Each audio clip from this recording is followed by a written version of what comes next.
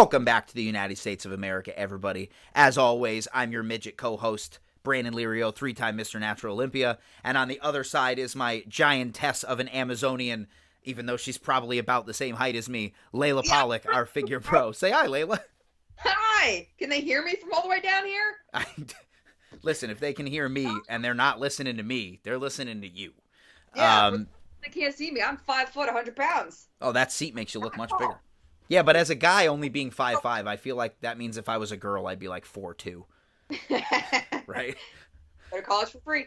Well, what's interesting is today we decided that we're going to go right back to our roots of bodybuilding. Forget food, forget social media. And we're here to tell you guys, bodybuilding is not a sport. No, it's not.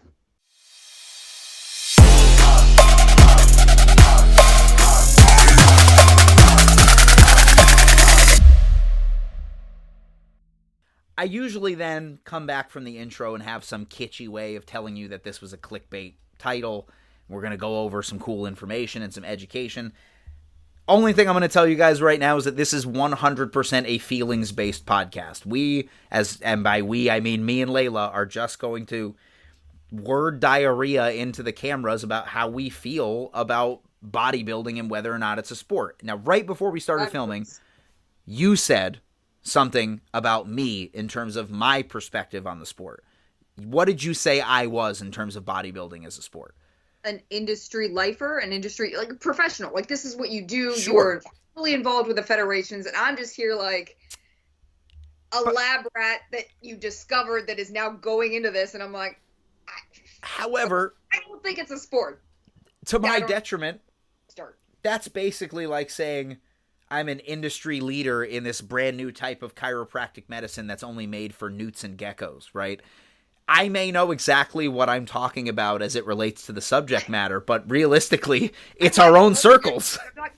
That is how I feel about this, is like, if someone came to us, you're the doctor that went to school for this, and I'm just like, I like to play too. I may agree with that, except that the doctor school that I went to was in like the back of a YMCA parking lot. You know what I mean? Like, we may think that, I will concede, right? Kinesiology, biomechanics, sure. Those are body movement scientists. However, bodybuilding, which is really my expertise, is a self-imposed title on a self-governed sport that has probably the most subjectivity outside of ribbon dancing in the Olympics, right? But is that just because it doesn't actually exist and you have to do it? Like, you have to pioneer the education yourself in bodybuilding. That's actually just how it kind of works. You did kind of go to school for it too, let's be honest. I mean, I went to, let's call it like the school of, what's the word I'm looking for? School education. Sure, but again, that was all biomechanics. My job right now is coaching. It's self-imposed. If I went to a store or a building or an incorporated and was like, hi, I'm a bodybuilder, I would like a job, please. They would go, we don't have jobs for that. And I would go, thank you so much for your time. And I would leave, right? Like, what I mean to say is that when we talk about bodybuilding, we're talking about aesthetic sports, making people get on stage to look a certain way. It's not personal training, right? Personal training is getting in shape. Powerlifting even. Sure. Again, subjective. But realistically, we all know when the weight is on the floor and when it's at lockout. How close you could be to that lockout point to actually making it count is the subjectivity. Bodybuilding as a sport is subjective in the sense of even by the decade. Every show. I mean, it changes. Subjectivity. Yeah. Yes, I think, and I'd completely forgotten about this when I came up with the subject matter. This is my title, by the way. Totally forgot about the subjectivity of, like, hey, the fashion of the year is hamstrings. And it's like, what? Like, last year it was shoulders. That's what I fucking worked on. Then you show up to your show and you're like, great. Really glad the judges are looking for something I did not focus on.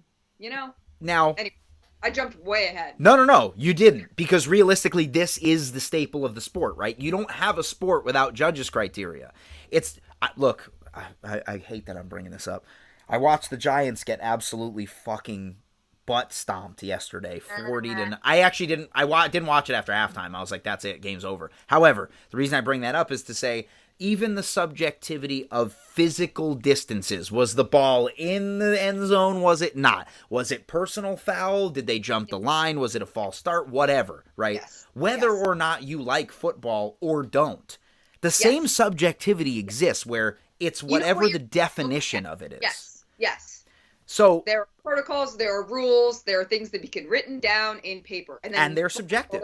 Which is regarded as one of the hardest sports in the world. There is very little objectivity. Like, you do this super insanely hard thing only to go on stage for your 3 seconds of time, and who actually really fucking knows?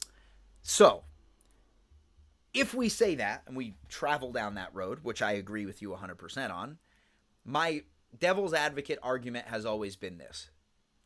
If you take a look at the Olympics, races, I mean, listen, outside of, I would say, sprinting, like, running in general, cycling maybe in a closed course, even if you take a look at the skiing events or skeet shooting or whatever, all of the other stuff that's going on at the snowpack, one side versus the other, those are all subjective variables, right? Because you don't really know what it's going to be like on your side versus the other guy's side.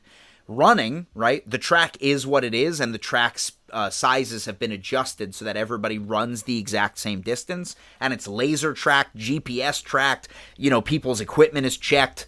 Outside of that, you take a look at gymnastics, you take a look at really anything in the gymnastics section, swimming and high diving, right? Those are subjective, but we all consider them to be judgeable in the Olympics for gold medals. Is the only counter argument I have to the subjectivity of our sport being too much. Is it any more subjective than a person jumping on an Olympics floor with a ribbon going and being like, that guy jumped the best, he deserves the gold medal? That's my thing. Is ribbon twirling was a sport? Yeah, it definitely is. It's called floor dancing, I think it's, or ribbon dancing. Yeah, I didn't even know what the name of it. But even then, take like the balance beam or the high bars, right? Those are still judged subjectively. How difficult is it? Here's a rule book telling you how difficult these things are and whether or not those tricks can be performed.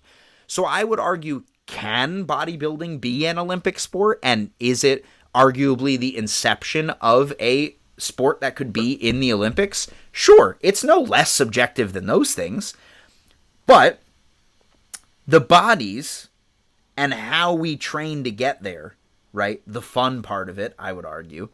That's what we talk about when we talk about bodybuilding, right? If you took somebody who didn't like bodybuilding, didn't read the mags, didn't watch the shows, and was like, that guy goes to the gym, they would look at a person who's very fit and go, wow, he looks like a bodybuilder. They get what the sport is, and they can appreciate the aesthetics of it. So now the question becomes, and I'll pose this to you. Bodybuilding being a sport, are we talking about the time that someone starts lifting for the specific purpose of the stage, or just the 10 minutes they're on stage as being the sport? That's the first question. So, and that's where the argument comes in. Like, bodybuilding is not a sport, it's a lifestyle. Sure. Right? Yeah. So is that what you think, that it's a lifestyle, not a sport? So I was trying to think of this on the drive home. Like, you know how the thing goes, like, if it's a weeble, it's a wobble, but it doesn't make it a wobble if it's a, like, that kind of thing. Yeah, I get you. Yeah. Like, bodybuilding is one of those sports that is a lifestyle sport. Is it, I don't know, is it more of a lifestyle than a sport, or is every sport is not a lifestyle? Yeah, I can see. Yeah, you're right. Every sport is not a lifestyle. But every fitness lifestyle would probably lead to some sport, I would argue. Well, I mean, some people are just kind of fit and go to the gym, right? That doesn't mean they participate in any sort of sport. Sure. I guess, I mean, if I wanted to be generous about this for anyone that wants to argue that bodybuilding is a sport, I would say it is. But it is so much more than that. Like, this is the kind of sport you carry with you. You don't go and train and do your thing and then you go home and you're done. It's like everything you fucking do matters with this sport because it's actually just your life. I mean, I guess taking a step back to that football moniker that I had in the beginning is like, okay, I would argue that good football players probably see their, looking back at tapes and studying plays and doing this other stuff the same way we see those things. I guess the interesting thing would be the correlation of people who are good at these sports versus people who are not good at these sports, and how if every one of them who considered themselves, you did this last podcast, I'll bring it up and say that I'm about to be a downer here. If you take a look at somebody like Aaron Hernandez, who committed horrible crimes and then killed himself in prison when he was on trial for those crimes, he was doing that during his off time, right after and right before the Super Bowl. Like, literally was shooting people before he stepped on the field to win a Super Bowl championship. He was still a very, very, very, very good football player. So there are some people who have inherent ability to just be good at it. But the vast majority of people in every sport, their lifestyle revolves around being good at that sport, which lends a feather in the cap of bodybuilding is a sport, right? To be good at it, you have to think about it all the time, and you have to be looking back at your tapes and looking back at your plays and looking back at your nutrition and making sure that it's where it's supposed to be, changing things when something's not working the same way you would call audible plays, or, changing tires if you were racing on a different track. So I think that you're very, very much in the wheelhouse of being 100% correct in the sense of it being a lifestyle. So the question then posed back to you would be, what makes our lifestyle included in calling it or not calling it a sport, but these other people who have to study their tapes or go to a thing or do a chiropractic, what makes their thing more sports and ours being more lifestyle? That this is like our physical body. Our body is the sport. You do not to disassociate from it ever. Gotcha. So like a fuck up in prep doesn't mean you're going to show up and be a good bodybuilder. It will always show on your frame if you didn't do the work. What I'm saying is, like, you could be Dennis Rodman, go out, get fucking shit hammered, show up to your game, and still fucking be amazing. Yeah. You can't do that in bodybuilding. You either mark all the boxes, you check everything, you get everything right, or it does show. Like, that is the way the sport works, is you have to do everything right, Yeah, I would agree with you. I think that it's a very apt thing, if I were to like bookend that, to say in most sports, if you have inherent talent, you could show up having done half the work and luck out. Whereas in bodybuilding, if everybody shows up and did what they were supposed to do, and you're a good bodybuilder, but you half-assed the work, it will always be a human representation of how you half-assed it, because you can't fall into a Olympia-level physique. You can't. There's no winging it, or like had a surprisingly good game, or just yeah. I agree with that. The other thing, and I just don't. How I live. Like, I make everything harder than it has to be, but I also feel like, let's say you are a professional basketball player and you want to go out and eat a steak before the game or whatever. Like, you can't do that in bodybuilding. Like, there is no part of a normal life that you get to have when you're in prep. You just can't have it. Like, you can't have a drink to like shake your nerves off, and you can't. It is the sport of you can't. And I want to say that are required. Being on the coaching side, because I know some people will bring this up, there are people that think that the drinks before the stage are a benefit to their dryness and vascularity. I think to more define what you're saying is that even saying to yourself, my nerves are shot and now my cortisol is spiking, I need to have a drink, that's still programmed in. You then say to yourself, okay, I'm weighing the pros and cons, and I think that the alcohol will pull water, will allow my nerves to drop, and then I will go to sleep and my cortisol will go down. Whereas if Michael Jordan has a shit game, he could go out and have a drink and be like, well, that was what it was, I'll go to the next one. Or vice versa, if he has a good game and goes out to celebrate. Both of those things are vices. Bodybuilders don't get a chance always to do those vices because it will always affect the end result.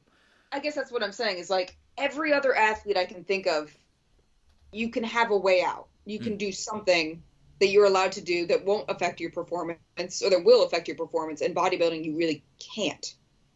Yeah. I mean, right? Yeah, I think that that's accurate. I think that makes even... it not a sport, but that makes it more lifestyle. Yeah. No. Else, I don't know. I would argue that what you're saying in terms of physical performance versus physical aesthetics is the main X factor, right? What you're looking at is, like you said, I can be a God-gifted athlete and go out and somehow tap into my potential and have a decent or maybe a more than decent game. You can never let life affect you and your physique and how you see things and suddenly step on stage and be a good bodybuilder for 10 minutes. I don't know of if I've ever heard of a situation where a person was like, everything went bad, but it just so happened when I stepped on stage, everything went right and I won. Yeah, other than the fact that everybody showed up and they weren't ready. You know what I mean? You could be a fighter, and that's the one I liken bodybuilding to the most. Is because it's a highly individualized sport, and you do have to cut weight and do all those things. But you could even be a fighter, not have done everything right, and still win your fight. You know what I mean? And sometimes it's just luck. Sure. And a counter argument in terms of that in the utmost professional sense would be Mike Tyson. When Mike Tyson was winning his world championships, he basically became super famous for knocking people the fuck out in 15 seconds. Then he took his training not as serious when he went over to Japan and China and in through Asia and Africa. And then he showed up and got knocked the fuck out because essentially he thought he was unbeatable. And then that sort of started this downhill spiral, even though he's since had great comebacks and I wouldn't fucking fight him. The thing is that, like you said, there was a chance that if he was... I bet on you. You'd be fine. Boof. Joke. No, don't do... Listen, if I looked at the books and it said, hey, Layla put money on you, I would look over at the ring and... Don't do that. It's for your funeral. Sorry. Hey, you do say you're a risk taker, so... Yeah, no, I'm very much the type let me in the ring. He's 50 pounds heavier than me. I don't care. Let's go. Yeah. But no, I think that for me, the intriguing thing about bodybuilding was that it's a one-man preparation cycle that lasts a vast majority of the year. It requires specification, and it requires some level of mental tenacity that has to last for months on end, even if it's only in short bursts, right? Because look, if you liken it to a soccer game, you're not out there for the full 90 minutes, right? You're getting subbed in, subbed out. You could be in the back of the field while everybody else in the front is doing what they need to do, whatever. You can maybe have a couple of days in a prep where you're not fully there, but you still have to go out there and kick the can down the road. So, I think that's what's always drawn me to bodybuilding in general, is that it requires this high level of planning and specificity and mental tenacity for such a long period of time that you're either built for it or you're not. Whereas, I don't want to say in terms of a professional in the NFL, the NBA, the NHL, whatever, they probably 100%, especially with millions of dollars on the line, will feel that way. But seasons start and end. A bodybuilding show happens between February and December. Really, and even then, I know some in January that have happened. They just don't happen regularly. But that means that 11 months out of the year, if you're really trying to be an up-and-coming bodybuilder, you have the opportunity to set a target basically 11 out of the 12 months out of the year. And so that requires all 12 months of that tenacity and that specificity to be there. To get to where I am, I've been lifting for 6 years. I've been competing for 2, but preparing for 3. I feel like I have been locked in for 3 years. Sure. Because that's what it takes, is you really don't get a day off. This is what I kind of wish we had touched on in the red pill, is everything I was eating mattered, how much sleep I was getting mattered. Did I skip any days at the gym? It mattered. Right. Maybe it's just me being too hard on myself, but I feel like that is what was required of me to get my physique in the shortest amount of time to where it is right now. I had no choice. Yeah, I would argue too that that's not you. I agree 100% that it is, and I think that what the extrapolation of what we're both saying is that you're carrying all of those mistakes like a badge of dishonor, whereas if it's a performance sport, you may be able to shake it off and just get back up there and do it, right? There's no way, if your body is tired and it's showing that it's tired, that you somehow get on stage and it looks not tired. Yeah, that's the thing, is you carry this around all day. You don't get away from it. You don't go play a game, you had a bad game, you go back the next day. It's hour to hour, you're looking at yourself and it's just there with you all the time. I don't know if I can speak for all bodybuilders, but I could probably speak for all bodybuilders. You walk by a fucking mirror. No, you're not even just speaking for all bodybuilders. You're speaking for all people who like bodybuilding. They do that shit. Yeah. But and that's the thing is, like, I never used to be like that, but now I am. Now it's like a subconscious. Like, I'll look at myself like, how am I doing? Yeah, it's it's a progress check for sure. Yeah. But I don't really enjoy that I'm like that now. So would you trust if we were to say hypothetically then that yes, at least some level of bodybuilding is a sport, which is funny because you were mentioning earlier when we were chatting about, he's the guy who has been around the block and he's been in the. I actually have more arguments of bodybuilding not being a sport and it just being a culmination of trying to judge physical perfection more than a sport. However, that like I said, it's a culmination. Everything that's leading up to it is training. But the training tool is the benefit of at the end, you're going to be judged on how well you did. So even if I were to say bodybuilding is a sport, I'm training for the sport and then getting up on stage as a sport is like 15 minutes. So I would argue with you that like, no, I'm training and this is my lifestyle is as a professional athlete, but that the bodybuilding as a sport is a one-day thing that happens at the culmination of whenever I decide my season is starting and ending. But then wouldn't you also argue that, like, the way it's different than a sport is this also rests so very heavily on an individual's body and genetics that there is no chance of somebody else just going and playing better, like, which can happen in a sport where there are markers that you can meet that this person played better or did better or threw more. So the rebuttal I would have for that would be books like Outliers or The Sports Gene. Those are books that basically explain what you're talking about. That whole 10,000 hours mentality is just yes, it helps. But if you are a genetically God-given athlete, which they basically have boiled down to how you. If I were taking a look at like hockey or volleyball or baseball, the way they see the variables happens at slower speeds, at decreases in their adrenal gland releases. It's very, very different how they process information than someone else. And I would argue that that's their genetic gifts. You can't see them. You can't. Sometimes you can. Take a look at Saquon Barkley, who has legs the size of a fucking elephant.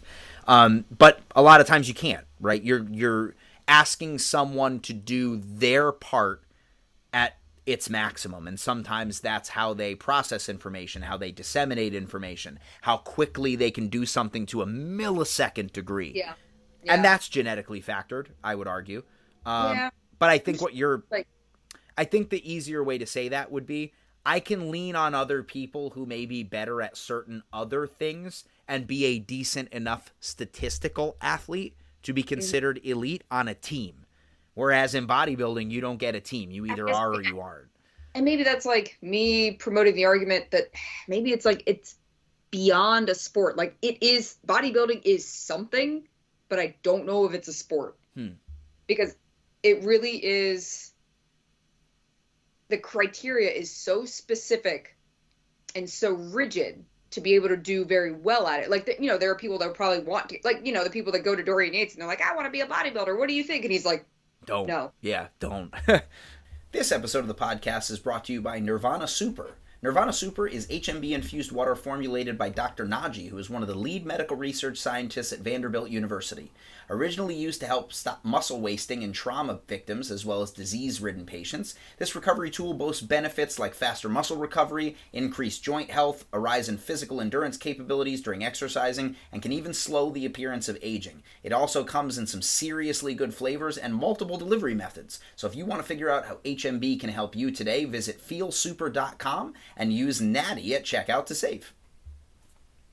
Whereas, like, with basketball, like, maybe if you work hard enough, but with bodybuilding, maybe if you work hard enough, still nope. Like, you're not born for this. I'm really glad you said this. I'm really glad you said this. Because when I was a kid, again, mentioned this at the beginning of the podcast, I'm short. And I'm a Jewish kid from Brooklyn. I'm not good at basketball. Okay? It's not in my genetics. I tried out one time when I was in maybe the 8th grade for one of those intramural summer league teams where like all the kids are supposed to make it just so that they can like build camaraderie and stuff like that. I was so bad that the coach, no joke, looked at me and was like, listen, man, maybe basketball is not for you. But the reason I say that is this. Is it that the message of if you work hard enough, you try hard enough, you can become anything, is just so touted by professional athletes who are... that is a fucking stupid message, and I would love to explain why. But that's what I'm saying. Is that it? Is that they feel the need to tell people you can do anything, and hypothetically, if you were to try to be really good at basketball, even though you weren't, and you became a statistician and then worked for the Clippers, well, then you were in the NBA. You're living your dream, just not as a player. If so, fork in the road, if that's the way your path Sure. took you. But I feel like the dangerous thing with that, and maybe you already agree with this, and I don't need to say it to you, but for anyone listening, the danger that I find in the statement, you can do anything you set your mind to. If you come to me and say you want to get into physique as a woman, and I look at you and I'm like, that's never going to happen, but hey, you could do it. Yeah, try really hard. What happens is you try really hard. You give it your all. You go on stage. You get laughed at. You are now going to think to yourself, it is a failure on your part. Sure. Because you did everything you could, and I told you that you could. So surely it must have been something you did wrong, when the real truth was you were never meant for it. Or worse, from a coaching perspective, they're like, you did something wrong. Why didn't I win? And it's like, dude, yes. I should have told you right from the jump. You probably weren't gonna. You're going to attribute your failure to the wrong thing, when the Right. truth is you should have never tried. Like, do something else that you are naturally gifted at. People, you know what I mean? Yeah, You're setting people for success and self-doubt that they're doing something wrong or their coach is doing something wrong, when the truth is you're wrong for the sport. And I will say, like, listen, there are people who you can kind of make out their genetics underneath and they just look a little sloppy, or they were overweight and now they're not anymore. I would say, dude, try it, right? If what you want to say is I want to try the sport, I think everybody should, because then they understand what actual my favorite thing to talk about on podcasts is when people, I sacrificed everything for this sport. I sacrificed. Dude, you didn't eat a burger at somebody's wedding. Like, you're not in Iraq in the middle of the night taking mortar fire overhead. Like, dude, relax. It's not it's a personal choice, and you didn't sacrifice shit. However, that being said, I believe a lot of people could learn a lot about their own level of control and their own level of self-worth by doing something like this. But if someone were to come to me and go, do you think, looking at me right now as an 18-year-old kid, I don't want to jump on gear, could I be the Mr. Olympia in the IFBB? No. That's what I would say. If they were like, I want to try an NPC show to see if I like bodybuilding, go for it. That's a very different ask. Right, exactly right. It's what you're asking for and how far you expect to take it.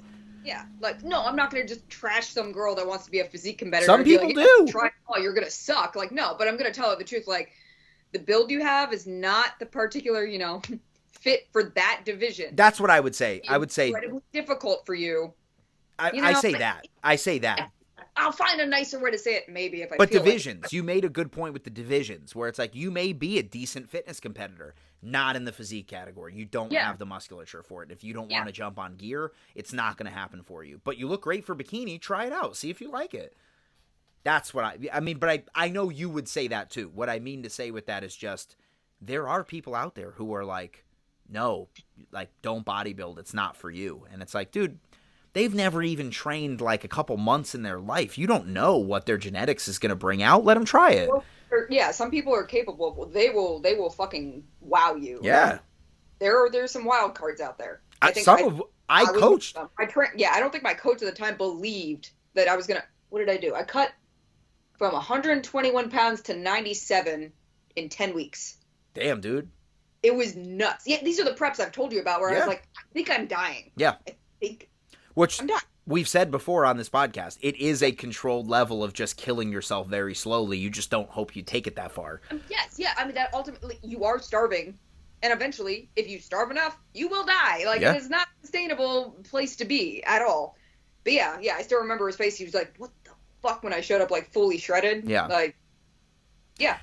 Which, People can watch people that you never thought would be able to do it. so let's pull the thread of what we had just said before, right? That's what people are talking about, where they say, put your mind to something and you can do anything, right? We put our mind to this idea of, I wanted this bad enough that I brought out the maximum of my potential in a very short period of time. And I did so to such a grave degree that everybody noticed. Yes. That's an important thing. And I really hope everybody gets a point in their life. I was talking to my family, my brother, about this the other day, where it was like, I'm kind of in this limbo area with bodybuilding and some personal stuff going on with my chosen federation. And it comes down to, I did the thing. I got the trophies. I wanted to be the best, and I was. And for 4 years within that federation and 2 others that I pro-qualified in and just never took advantage of it, I ran my division. Now that, let's say I decide, okay, I'm kind of over it. Like, I don't feel like I missed out. I maximized my potential and I won. And I won a lot. And it was like, okay, I know that I've maximized my potential and I can do it again. If I choose to, I will. If I don't, then I won't. And I'll do something else with it. But knowing that I have the potential to be like, I would like to do this and I want to do it at a world-class level, and to be able to actualize it is very important. It's empowering. It's also kind of releasing, because it's like, oh no, I said I was going to do it and I did do it. But the trouble is when people are persuaded and misled in the direction of, when we say anything, I'm never going to be a star forward, right? I'm never going to be a point guard for the NBA. Yeah, that is the example I always use. I was like, okay, yeah, I'll call you when I qualify for the NBA, you fucking moron. Like, it's never going to happen for me. Now, if you say to someone, right, let's take a look at like Muggsy Bogues or, somebody who's 5'5" in the NBA. Like, sure, it happened for some people. So the tenacity of don't let anybody tell you what you can't do, for sure. However, if you've dipped your toes in the pool, and you've been in the pool now for a week, and a week being months and months and months in reality, and every expert you're meeting is going, dude, I want you to be there, but you don't have it. Like, it's just not there. It would be ill-advised and stupid to not listen to those experts who you've asked their expert opinion on. Multiple experts. If you've never one person, just the one. If you've never tried and you want to give it a shot, don't let anybody tell you not to. I'm 100% in that. I would agree with that, because at the end of the day, like you were saying, you might find something else about it, beneficial, whatever. You might find a new discovered love of something that you find along the way while you're doing it, or become a statistician? A clinical, what did you say? A clinical esthetician. You're aesthetically looking at somebody, you know what I mean? Wasn't it? It was like where you tried out for a basketball team, but you didn't become a basketball player, but you ended up a statistician. Like you're really good at understanding stats and things like that. A new path might open up for you if you were really passionate about this thing, and it might not pan out the way you thought, but something great might happen for you, right? Motherfuck. Oh, but the difference I would say here is Muggsy? What the fuck is that dude? Muggsy Bogues. Okay. I still stand by the whole, like, Dorian Yates looking you up and down and telling you no, because in this sport of bodybuilding, there is no chance that you can go on stage and crush somebody with genetic potential that outworks you. Whereas in a sport, there is that chance that you can be Muggsy. You can be 5'5" and be an amazing basketball player or whatever it is. Yeah. There is no chance with a poor genetic makeup or structure you were going to be a world-class bodybuilder or make it on IFBB Pro, whatever, Yeah, what's really funny, too, is if you go back and take a look at, like, Nick Walker in his first show, and even, like, when he won won his pro card, it was like, I commend the coaches who looked at him and were like, this could be something. Because, like, you look at his first show, and, he didn't do good. Like, he literally looks very small. He's, when I met him in person when we were at the Arnold and we were filming for Generation Iron, and we got a chance to actually sit and chat with him. We met with his coach, Matt Jensen. We got to sit down with Sean Clarita, and we sat down with a lot of the guys, Derek Lunsford, got to talk to Regan Grimes for a while. The height differences in terms of their potential and how much muscle you can hold on their frame is a lot more stark when you see them in person. And so we can say genetically, even looking at a photo, like, man, like, how could somebody like X guy beat this other guy? And it's like, well, if you looked at them standing next to each other, one of them's 4'8" and the other one's 5'11", and he outweighs him by 138 pounds. Yeah. Okay, I get it, right? Yeah. Yep. So I commend a lot of people. Like, I can take a look at generally an untrained athlete and then move to generally like beginner trained athletes and go, you could be good, you might not be good, this is what I would do, I wouldn't do this, try it out, but I'm going to let you know the first couple of years you're probably going to get stomped. I'll always shoot people straight, and I've told them, like, right, I try not to like the week before a show, but I've sat with them and been like, listen, this is what the judges are going to say to you. They're going to tell you you need tighter hamstrings. They're going to tell you, we have to do everything we can with your posing and with the great musculature you have in your upper body and your quads to try to overshadow that and overpower that. I'm never going to tell somebody they have the perfect body and they weren't ready to compete. But I'm also not going to trash somebody right before the show, because just like doing any other sport, you wouldn't want to mess with their confidence right before they're going to go out. You know what I mean? Yeah, at that rate, you have to really weigh the benefit. Like, there's no good that can come out from tanking somebody right before they walk. They're like, and not to mention, if you were the one that got them there, you should have told them that long before they got up there. Yeah. But you know, how far in are we? I always feel like we do this. We like get a hold of something, and then that becomes the episode for the next fucking 40 minutes. We're 35 minutes, and we're still talking about bodybuilding, man. We're still on it. Is it a sport? Is it a sport? Are you asking me? I'm asking you now. So now I'm going to ask the question to you, Brandon. That's what you always say to me. That's what I always say. Yeah. I'm getting a taste of my own medicine. I don't like it. I'm so curious. I'm dying to know. Yes, I believe that bodybuilding is a sport within the confines of the venue that you are competing. The same way that football is a sport professionally within the confines of MetLife Stadium or the Link or, you know, in San Francisco or, you know, wherever your team plays, right? Kansas City. I believe that football players at practice and doing what they need to do at other facilities are professional football players living their lifestyle, but that they are not playing football sport at that given time, whether you're in the practice facility or not. The game happens when you're playing football. The game of bodybuilding happens when I step inside the Veterans Center in Culver City, or, you know, the Rio in Las Vegas, or the Orleans, or I step inside, anyone who bodybuilds will get this joke, or I step inside the East Haven High School auditorium for the 19th time for the Chicago Naturals or whatever, you know, or the NPC Naturals or whatever. I believe that the sport happens in the 7 to 8 hours that the show takes place. That is the sport. How good of an aesthetic show can you put on based on this criteria, and we will tell you who did it the best. That's a sport to me. It's got rules, it's got regulations, it's got judges, it's got winners, it's got losers, it's got spectators.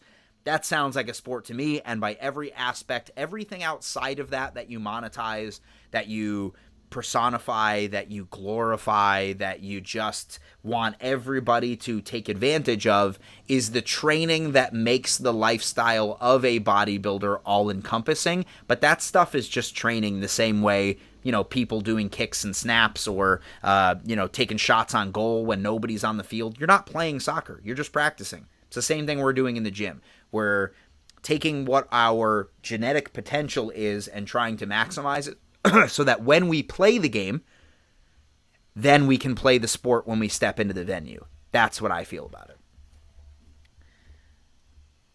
Am I supposed to add to that?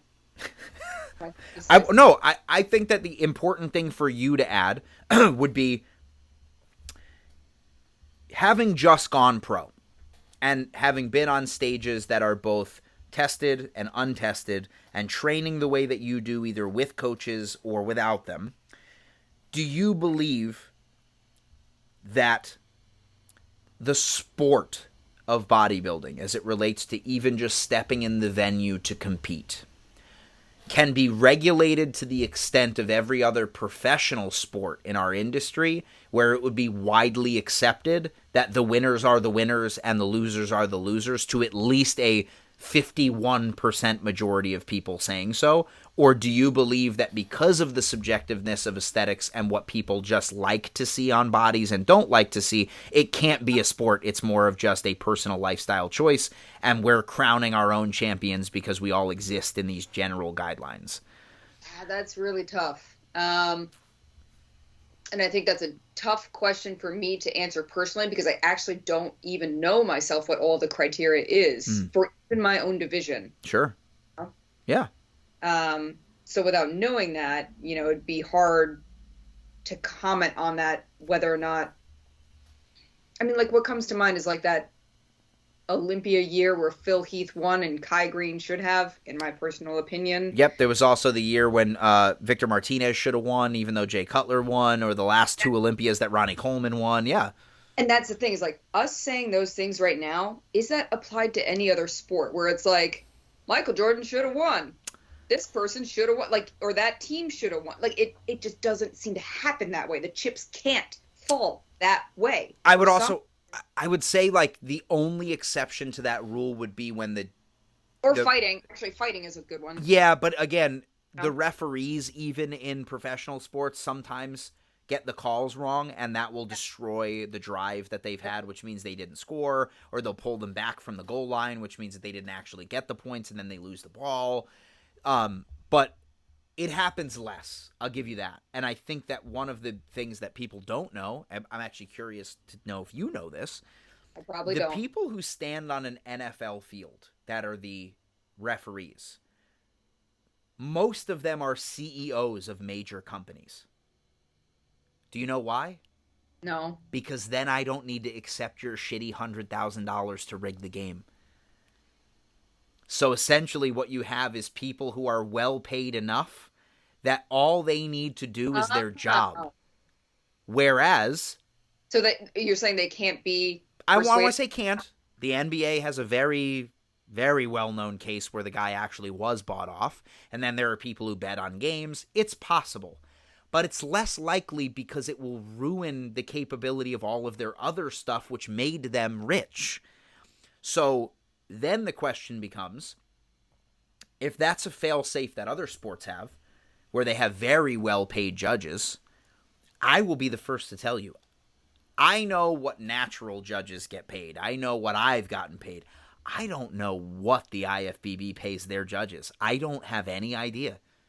I guess if I'm being honest, and I'm glad I'm sorry if I'm going to derail this, but like, a lot of people on my Instagram have said this, and it is something I actually do harbor as a fear, like, and this is why sometimes I feel like it's not as much as a sport, is what if the judges just don't like me? 100%. Like 100%. After everything we do and we pour into this, and you could maybe outperform somebody, it's just like, what if they just don't like what I am, or the kind of person I am, or the show that I put on, or the aura that I bring to stage, and like, that's fucked. That's fucked. I have a personal story about this. Because it happened to me. You do. 100%. Because you're a lifer. So here's what happened. Man, you know shit. All right. I'm not going to say the name of the show because my friend actually runs the show and it wasn't his fault. It wasn't really, I wouldn't even say fault, right? There was a judges panel, and this is why on a lot of shows they don't like the judges to talk to each other. Just write down what you want on your scorecards and move on, and you can talk to each other at the night show when the scores are cut.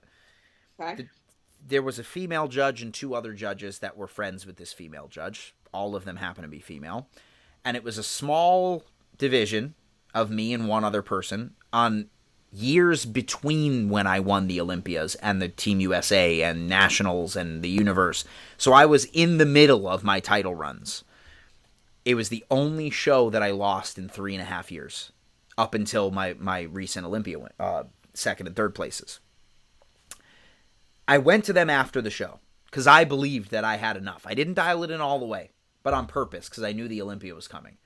And I was about 80%. But my size and the density that I had was miles ahead of this other person, who, by the way, is a nice guy. He's great. I'm not taking this out on him. It's a judge's call. I get it. I know which show this was. I asked the judges, what was it? Because I felt my posing was good. Sure, my hamstrings didn't show 100%. My quads could be more cut. But size, density, and definition, I beat the shit out of the other person. Like, what the hell? And what they said is why I will never do the show again. They said, well, just take a look at him. You know, this title is named for a very specific look, and he just has that all-American boy look to him. You know, he's got light hair, light eyes, no tattoos, he's clean-shaven, and in what I heard was, we don't like your tattoos, your beard, and you look too old. Yeah. And I went, yeah. So what you're saying is, you personally like the physical look of a younger boy who doesn't have tattoos as big. And I just looked at her and I went, thanks for that. And I just grabbed my shit and I left. Because that's not something I can work on, right? It's not, I need bigger delts. They didn't like me because of how I looked. And I was like, if that's your litmus test for whether or not there's a winner or a loser on stage, I'm out. And I never went back to the show. And while my athletes, some of them have done that show, and one of them will again this year, I tell people, understand that this show being unsanctioned or being in this federation or being with the WBFFs coming under fire for that right now, big time, we have to understand that that is a very real possibility, that without transparency in judging and without transparency of why they chose or didn't choose you, they may just not fucking like you. This episode of the podcast is brought to you by NutraBio. NutraBio, with no compromise since 1996, they never hide behind proprietary blends and always tout transparent labels. With industry-leading formulations, all with clinical dosages of ingredients and products spanning from bodybuilders to athletes to just general health clients, NutraBio has exactly what you need to take your goals to the next level. Hit up NutraBio.com and use code word NATTY at checkout to save. Yeah, but that's fucked up. Sure. That is not a criteria by which you can quantify or qualify. And I know that there are people who probably watch basketball that will say that there are players that the refs have just not liked, and so they call personal fouls on them more, or there are teams that are generally not liked in the NFL, so they're called personal fouls a lot more, or, you know, whatever the actual penalty may be. That's true. But for us, right, if they have one bad call, like you said, there's still enough game most of the time to make up that call and try to use your grit to win. If a judge just doesn't like you in bodybuilding, they're just going to put you in last place. And that's, I would argue, so now I'll ask you this in terms of the sports side of it. Do you believe then that it's the head judge's job to take a look at those scorecards and correct them? Or understand that it's not the head judge's call to just pick the winners and go, this is a federation problem, but I'm not going to solve it at this judge's table. I got to let this one go through. What would you say as an athlete you would prefer to hear is the choice? That the head judge cleans up the cards, or that that's what the person chose and they're just going to have to take a tongue lashing after the show and maybe have their judge's card revoked? Well, I'm drunk on power from turning the tables earlier, so I'm going to do it again. Instead of you asking me that question, you answer it first. I don't believe it's a head judge's job to pick the winners, because if it was, then it should be one guy at the table. So if the other judges, let's say, because again, we're not the only division. It's not everybody comes out, you pick one, and then everybody goes home. The head judge should be monitoring those cards, and if they see a pattern of behavior in terms of personal preference or leaning away from judges' criteria that has been well established, then it's their job to stop the issue and be like, you gotta go, I'm replacing you. Then if you want to bring everybody, let's say, in those first two divisions out and rejudge them, that's up to you.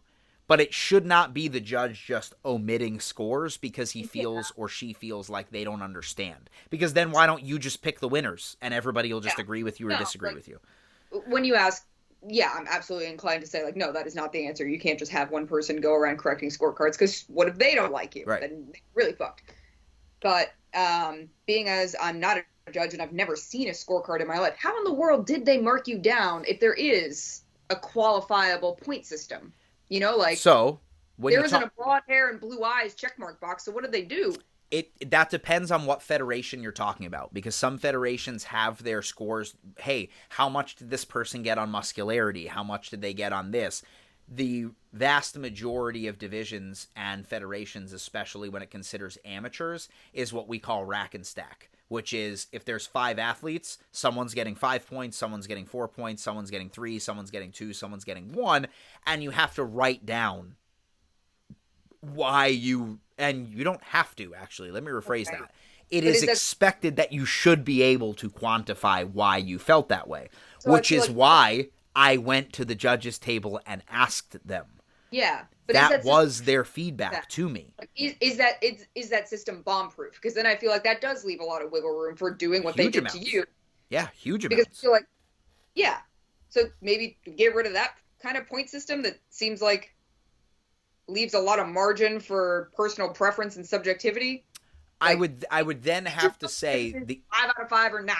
Yeah, I would say though that then what you're asking about is a more robust judges scorecard in the sport in general, where it goes, you've got points from 1 to 5. Yeah. You need to judge them on muscularity. You need to judge them on conditioning. You need to judge them on posing. You need to judge them on stage presence. And then you need to judge them on symmetry, top to bottom, left to right. Which is always what I thought it was. Like I thought that's how it worked. Nope, it's not. I don't know how to. I mean, I can't think of a. And I would argue this too, right? Yeah. Then the issue also becomes, how long are you going to keep this group of athletes on stage, and what's the quantifiable difference between 4 points and 5 points, right? I think that I agree with Steve Weinberger, who's the head judge for the IFBB, when he said, people think this is a difficult job. But when you get the top 16 guys in the world and you're the one sitting at a table looking at them, it's not. It's easy. I can probably agree to the extent of, if you know what you're looking at, it'd be very easy to go, yes, Kai Green has better legs, but look at the muscle insertions on Phil Heath. Look at how they come all the way down the back instead of Kai Green's high lat insertions. Look at how tapered that makes Phil Heath's waist look. Look at the ratio between the shoulder blades, or the shoulders caps, and the quads on Phil Heath versus Kai Green. Look at how round the muscle bellies are. When someone explains it to you, you may be able to go, okay, yeah, I understand that. You're asking that person to do that in about 3.5 minutes worth of work. Okay, so, and I understand you saying that to me. So then is this person, what's the name of the head judge that you just, Sean? Steve Weinberger. Steve Weinberger. So can he do that or not in 3 minutes? He can, for sure. But that's a big ask of 8 other people on either side of him, yeah. And I wouldn't say that, too, because he has fired people before in terms of being like, you're a bad judge, or, you won't see the same judges return because he doesn't think they're good enough. Maybe that is the ultimate answer here, is like, for a sport as hard as this is, maybe the criteria needs to be that hard and we need to pay the judges more, but I don't know. We probably don't have the budget and the funds for that because bodybuilding is not really that popular of a sport.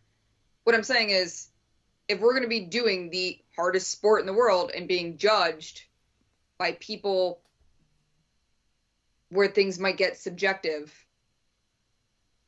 you know what I'm saying? Like, yeah, for sure. But I do think that the subjectivity of how those judging points are going to be written will always have people saying, hey, it's too subjective. I know that that's just a thing that you're never going to overcome. But I think in the sense of what I would agree with you wholeheartedly is in the arena of, it shouldn't be subjective where people who are big fans of the sport and watch it every show are looking at it going, what? Which does happen a lot more often than we would care to admit. Case in point, I mean, no shade. There was the Flex Pro this weekend, which was overseas. That was an IFBB Pro show. That was sort of a preview of some of the Olympia physiques we're going to see. And Nathan Dasha won over Regan Grimes, and I think Blessing was 5th. But I watched those recaps. I watched the live streams. First of all, the lighting was fucking awful. But second of all, a lot of these guys kind of washed out. But Regan Grimes' physique is more nice to look at than Nathan. Nathan had better conditioning, rounder muscle bellies, but he has incredibly high lat insertions, and literally that meant his lat insertions were rounded, and then his waist kind of went out again, and then his legs came out. And I was like, I really don't like how this looks. So the subjectivity of that would also be in terms of aesthetics, where it's like, even if he won those points, yeah, if we all looked at the stage, most of us, I would say 80% would agree Regan Grimes' physique looked better. yeah. Like, it was a nicer thing to look at. I don't have an answer for that one. Like, if your body structure is just built a certain way, but you've gunned it and everything is actually perfectly right as well as you can do it, that's a tough one. Yeah. Like, you just are funny looking, but everything is actually right. And it's right based on the numbers, right? This guy looks better, but he missed it on conditioning, so you win on points. Which, again, sort of argues that this really is a sport, right? The best team doesn't always win the Super Bowl. The best team doesn't always win the Stanley Cup. It's who showed up at the right time and managed to put enough conglomeration of things together to be the best for a very short period of time. And so, look, I'll say this. I think that we have the great ability and function to be a sport. And that what I would consider the sports side of it is a performance aspect of saying everything that happens before you walk into the arena is you honing your craft. And the sport happens in a very short period of time on stage in front of 10 people. But that if we expect other people to treat it as such, we need to understand that making the subjectivity less gray and less vast is probably the only way that that's going to be accepted, which is arguably why natural bodybuilding being in the Olympics, which is Denny Keikos's main priority, is getting natural bodybuilding in the Olympics and making it a legitimized sport, is why his argument is that it could be done, is because there's just as much subjectivity in a lot of the other sports in the Olympics, but that removing the gray area of having enough judges have the exact same answer if you moved them into a separate room and asked them why they racked and stacked the way they did would make people feel more comfortable with the outcome afterward. That's how I believe. Yeah, what if you did that? What if you held people accountable, the judges accountable for the decisions they made in a very public arena? You know, because then you would be forced to say out loud why you made the decisions you made. Which is usually you were not, or whatever. Yeah, which is part of the reason why the WBFF is in hot water right now for one of the things is their scorecards. They've said for years, we don't keep standardized scorecards. And so now everybody's like, well, how do I know you just didn't pick the person that is your friend? Like, there's no scorecards. Yeah. So I just don't know how publicly accountable, especially considering, if you really think about it this way, if Steve Weinberger called out the top 3 guys, are you really going to tell a guy who's been doing this for 35 years, hey, I thought the other guy should have been in there in second and the other guy should have been in there in third and you should move these 2 other guys out of the lineup? Probably not. Because again, if he's the head of the judges commission, you're supposed to be kind of following under what he believes is what he's seeing on stage as the best athletes. So the transparency of it kind of loses its value when you have a judges commission possibly run by somebody not with, I wouldn't say with, different motives in terms of wanting to pick the winner. But if you think for a second that like the newbies on the left and right of Steve are going to tell him that they think it's a different top 5. So when you get him in a room, they're just going to tell you, I thought the same thing Steve saw. I saw this, this, this, and this. Yeah, but I mean, is the counter argument there, like, if it can be that widely disputed, then is the sport just too subjective to be a sport? Like, that is the argument. That is the only argument. Right? Yeah, that is the argument. So then I would love to hear from everybody at home, right? Is this a sport? What are we doing? What are we doing with our lives? What, to quote the show It's Always Sunny in Philadelphia, what is happening? Because that's what I feel like this really is. So, Layla and I are split on when it becomes a sport and when it becomes a lifestyle. But in the same sense, we want to hear from you guys, so feel free to sound off in the comments section, either on Instagram or here on YouTube. Let us know what you think of bodybuilding as a sport, and be sure to rate, review, subscribe. And Layla and I will see you next time on the United States of America.